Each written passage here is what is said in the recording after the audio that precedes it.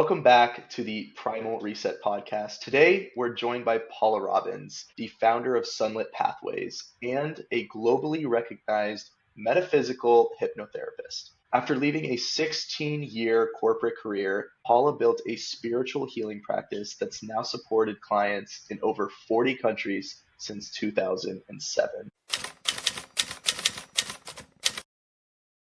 Paula, it's a pleasure to have you. Welcome to the show. Thank you so much. I'm honored to be here. Thanks for having me. So share with me the story of getting into the metaphysical world, the spiritual world. What brought you into it? What was your journey? So the funny part is I got picked up hitchhiking in 1988. And that ride stepped me onto the path of recovery from alcoholism and addiction. So I have been clean and sober since February of 1988. Congratulations. And thank you. It's a cool ride. I worked in corporate America for quite some time in the staffing and recruiting industry, and I used a lot of the principles that I was applying in my daily life in that professional field, and then kind of felt a higher calling. So I started connecting with spirit, praying to God, where do you want me? What do you want me to do? And in 2006, I went to go see a hypnotherapist, completely non-career related, knowing I was wanting to change careers, but more than that, I wanted to lose weight. And when I went to see this hypnotherapist, just in my very first conversation with her, I knew that it was a path I wanted to step onto.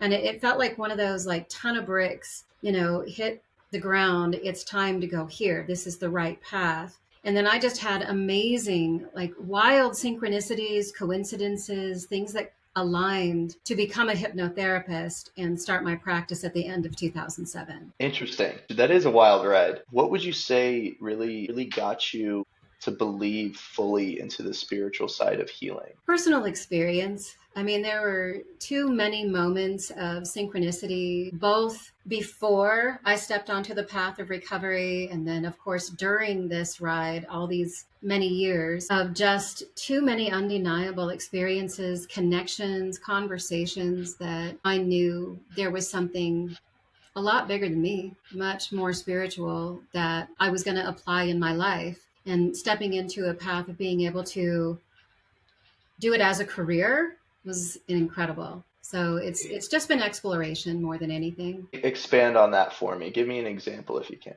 So when I very first stepped onto the path of recovery, I had a really tough time with the connection to a power greater than yourself or a God as you understand him, which is language in the 12-step programs. So I joked around a lot and said the God of my misunderstanding. However, in reflection, I had a near-death experience from alcohol poisoning at age 17. I had many close call car accidents, or could have been car accidents that weren't accidents. I got picked up hitchhiking by the right guy who just, happened to be in the 12-step programs. I mean, there were so many of these moments that I couldn't deny there was divine intervention. So I started paying more attention to what does it mean to explore spirituality. And one of the beauties of the 12-step programs is they talk a lot about spiritual principles. And that was kind of what deepened my wisdom and curiosity, was principles of brotherhood, service, integrity, courage. They were principles, not necessarily a specific aligned, say, being.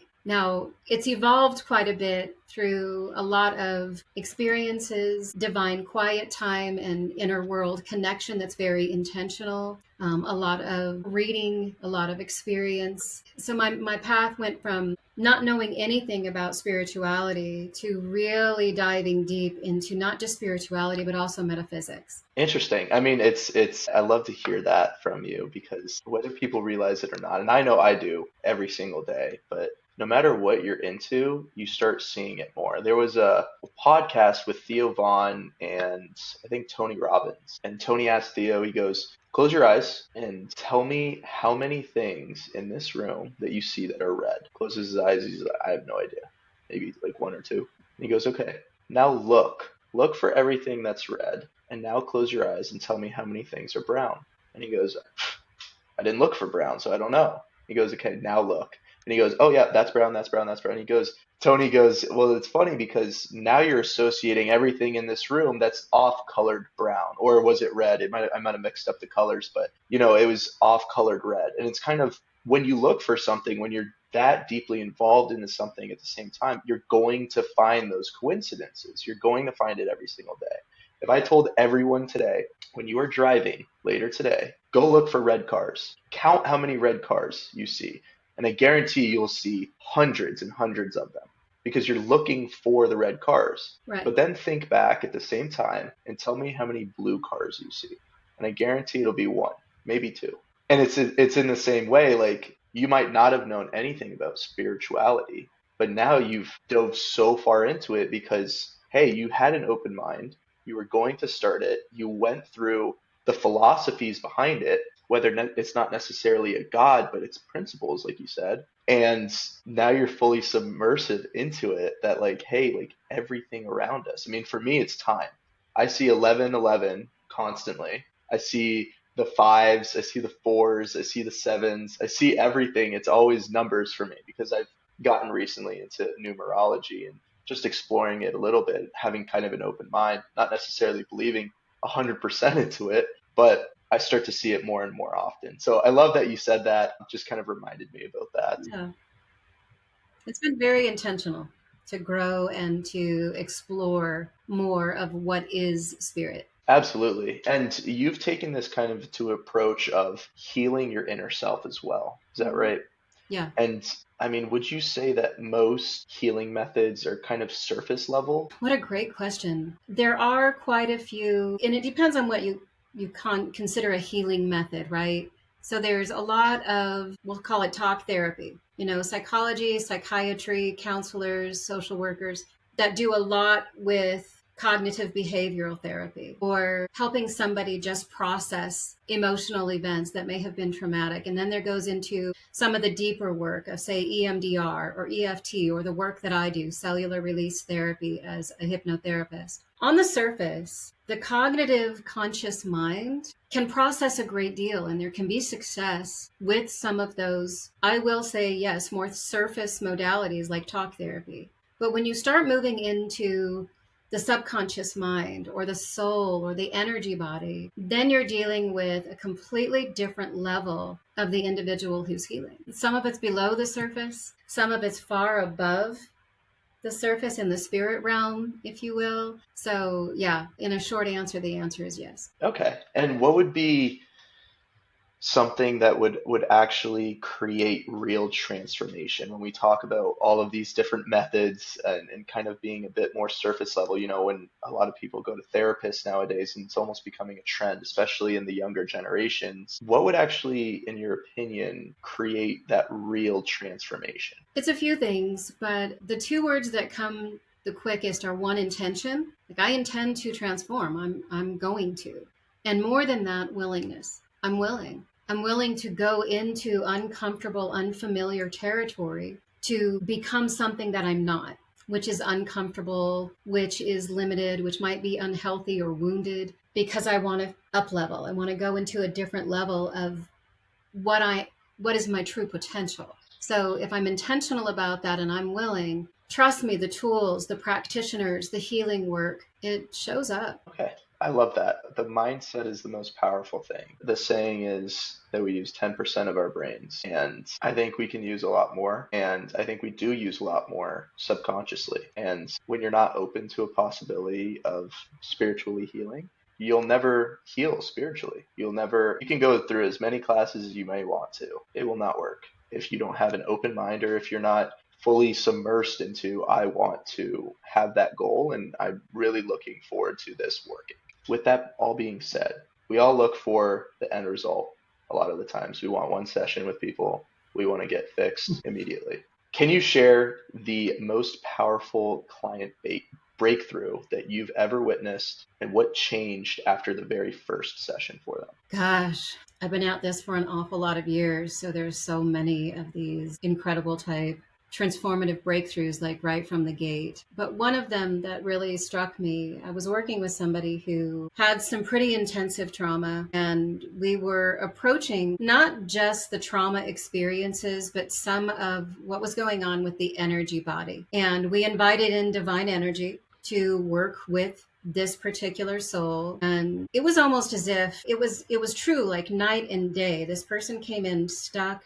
They came in struggling with physical hives. They came in with a lot of intensive disconnected and loneliness. And in the session, it was visible. This person, very similar to what somebody might witness with somebody in hospice. She started literally connecting with divine energy. She could see it, she could feel it, she could connect with it. And part of her was physically moving, like moving energy out, like literally pulling it out of her own energy field, and then receiving healing light. I mean, you could visibly watch this happen, and it was profound just to witness, to see the way the energy moved. I see energy. So I watched energy leave her energy being. I watched energy come in. I saw this true, like, transformation. It was incredible. It was incredible. And to this day, many, many years later, that was back in like 2008, 2009, she still speaks to that experience and her Wow. connection to energy now, and that it was truly life-changing. Wow. That's awesome. Yeah. That's awesome to hear. I Yeah. mean, it's sometimes unfortunate asking a question like that to hear that the biggest improvement, especially on the first session, is the people who are damaged the most. I And don't it's know if I'd go quite that far. I wouldn't say that she was damaged the most. There's no way to gauge how damaged is no, I someone. no, But it's, absolutely. yeah, but she had a lot of stuff that she brought in. But she came in with that willingness. She came in with that intention. I want to be done with this. And I think that's why she had such a profound experience. It was really Yeah, no, amazing. I should have framed that a bit different. Not damaged the most.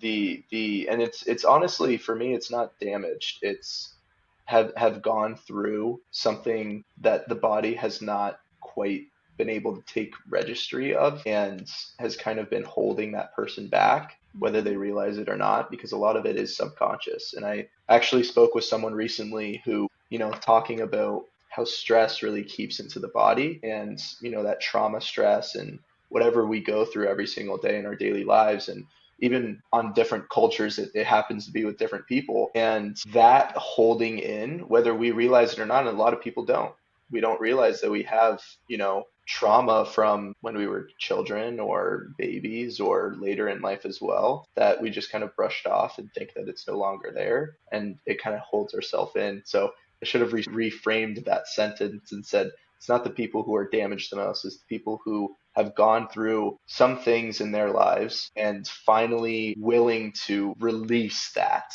and really being the open-minded, kind of like what I mentioned before, and Yeah. being super open-minded to how can I release this, and really taking in the spirit of their body and their mind and their soul to really let that go. And you just said something super powerful, Elliot. I mean, we hold it in the body, we hold it in the mind, we hold it in the soul. So there's this triangle of the body, mind, soul that has to be kind of healed in equal measure. When we work on mindset, you're affecting your body, you're affecting your soul. When you dive into soul work, you're affecting your mind, you're affecting your body. When you get out and get into a really good workout, right? You go on a hike, or you go on a run, or you take a yoga class. Any one of those is going to also affect the soul and the mind in a powerful way. So they're all interconnected really beautifully. And anytime you address any one aspect, you're addressing all three. So with that being said, and that's a very good point, we are always connected to everything. With that being said, do you think culture, or with technology nowadays, and kind of our well-being, or our livelihoods, do you think that affects our spiritual soul, body, mind? Of course. Absolutely. I mean, there's a greater consciousness, and a lot of it just is a matter of what you focus on. So we're in a culture today where there's a lot of fault and negative and conflict that could be focused on. And it can honestly create a great deal of trauma. But there's also a culture of awakening consciousness, People are awakening to natural methods of healing and nutrition and, let food be a healer. People are awakening to more spiritual connection and a deeper inner wisdom within themselves. And what are my guides? And what is my higher self? And who am I divinely? So in a way, I don't think I would give it a statistic like 50-50. That doesn't feel like it's really possible. But it comes down to what you focus on. And there are people who want to be more well. They want to feel better. So they're focusing on what feels right to them inherently. Is it better food? Is it more nature? Is it less news? And we're seeing a great deal of that really grow in the world, because people we love who are really focused, say, on the news or the conflict, boy, do we see them just live in so much fear and anxiety and anger. So there's a lot of both going on. Absolutely. We've definitely, especially in the United States, seen so much of that hatred and kind of unconscious hatred towards everything. And there's someone that I like to always watch, Alex Hormozy, who he said recently, and I'm going to butcher this quote, but if you can be mad for no reason, you can be happy for no reason. Yes. And allowing yourself to be happy is a good thing. We need to allow ourselves to be happy. Look at the positive in everything, and there is always positive in everything. Watch the news all the time if you want, but there's always positive in it. You just have to find the positive. I mean, again, it goes back to the word intention. What do I intend for my life? Do I want to be happy? Do I want to focus on what's right in the world? Do I want to focus on what I'm grateful for? Or do I want to focus on what I'm afraid of? The apocalypse, the world's going to crumble, this is going to go wrong, it's going to affect my family. And sure, there's no denying that some of these things can happen. I mean, I'm not blind, but we have to really stay in the moment right here, right now, in my little nucleus. My world's really perfect, right? I'm not blind to what's happening around me. I'm prudent, I'm prepared, but I'm not going to live in that place of the world's going to crumble and fall apart. I just refuse that. Absolutely. I could not agree more. It's you're based on the intention side of things. It's what you look for, you attract. Mm-hmm. And it's kind of going back to what I mentioned earlier with Theo Vaughn and Tony Robbins. If you're looking for that red car, you will find that red car, But if and it was always as kids, if you're looking for, I forgot what it was, popsicles in the freezer, and you'll never find a popsicle. But then the second you're not looking for it, boom, there it is, right? But if you're looking for it, most times that'll be what will find you one day or the other. The second you stop looking for it, because you were, there it is. So if you think of that negativity, it's going to end up getting attracted to you. Well, and if you think of that like in a big picture type of mindset too, humanity has overcome incredible trial, incredible apocalypse. Humanity has survived a great deal. We're pretty darn creative as humans. So it'll be interesting to see, with, it may not even be in my lifetime or your lifetime. We're creating a lot of damage on the planet. We're creating a lot of chaos. And there's a lot of people who are trying to figure out ways to solve it and how to overcome it. I believe there will be overcoming, but I don't think I'll be alive to see some of the coolest solutions of all time. So it'll be interesting to see. Absolutely. The wellness industry is definitely changing very quickly. Yeah. And it's rapidly evolving. I would say almost it's gone back and forth. We went through a very holistic, preventative, proactive kind of care to very what we call now Western medicine, where it's more of a sick care, kind of wait until something happens. And I think we're going almost back to that proactive, what can I really do? Not necessarily just holistically, but what can I really do to help my body, my mind, my soul, and everything in that aspect as well. One of the last questions I have for you, I know you teach entrepreneurs. Scaling does not mean sacrificing your soul. How do you help entrepreneurs grow without selling out? It's about really stepping into the awareness of, one, who am I really, right? What do I love and how do I want to get paid for that? And that's entrepreneurialism kind of in a nutshell.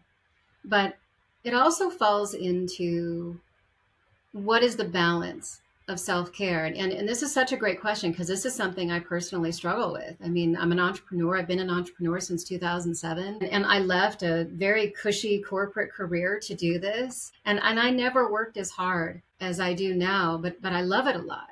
So I enjoy the work. The struggle for me, and I should probably just speak for myself because this is my message to those that I serve, is balance. Like, what's too much? What's effective? What is it that I feel called to apply to my business versus all of the noise? Like, if you get on social media, you'll see, especially if you search just anything like about how to launch a book, how to launch a course, how to create a membership, you'll get bombarded with ads for days. And all of them look great. Oh, I want to learn this one and I want to learn that one. And you can dive into a million rabbit holes that cost thousands, that take up time that you are probably not going to actually apply. Guilty. This is how I know this. So you have to go back to, what's my instinct? What's my intuition about what do I want to do? And I have to reel myself in a lot because I'm a forever learner. And I carry that same message to a lot of entrepreneurs, because we've got a lot of rabbit holes and shiny objects that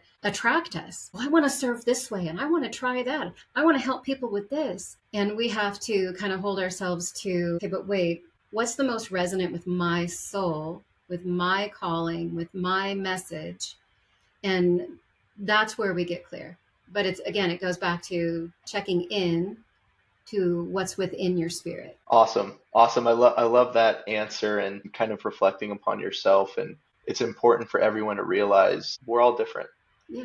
So we all have different breaking points. We all have, a different balance in our lives, and we all have different goals as well. So what would be the first step that people can take, in your opinion, to reach whatever goal it might be to heal themselves? One of my favorite questions, it's get still, get quiet, and ask in your own inner wisdom. One, what do I need to heal? Right? It could be a long list. It could be a couple things. And two, how do I heal this? Because healing is a big onion. As soon as we start walking on the road of, I've got to address my trauma, and then I want to address, my child abuse, and then I want to address my self-abuse, and wait, I've got some relationship stuff. Oh boy, I've got some money issues. No matter which place you start, it's going to lead to other components. So get still and get quiet and get clear in your own mind and heart. What is my starting point? Because it's not the same for any two people. It's just not. There's no black and white answer there. I love that. I always ask that question.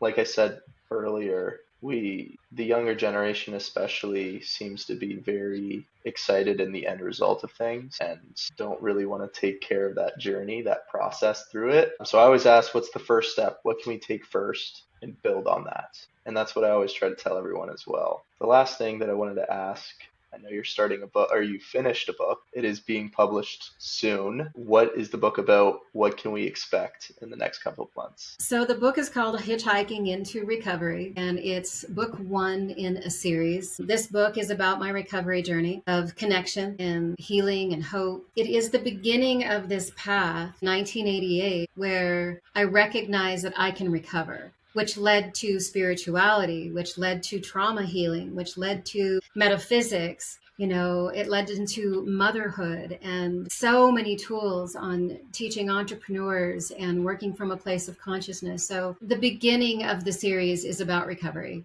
And it's about that whole, how I found it through hitchhiking. It's exciting. It's awesome. I am looking forward to reading that book when it comes out. I will have all of your links in the description below as well, to your website, your social media links as well. If anyone is out there looking to heal themselves spiritually and they're open-minded to spiritual health, wellness and health, please reach out to Paula. It was a pleasure having you on the show today, Paula. I'm sure we'll have a whole lot to talk again if we do this again in the future. I would love that. It was really a pleasure, Elliot. Thank you so much for having me.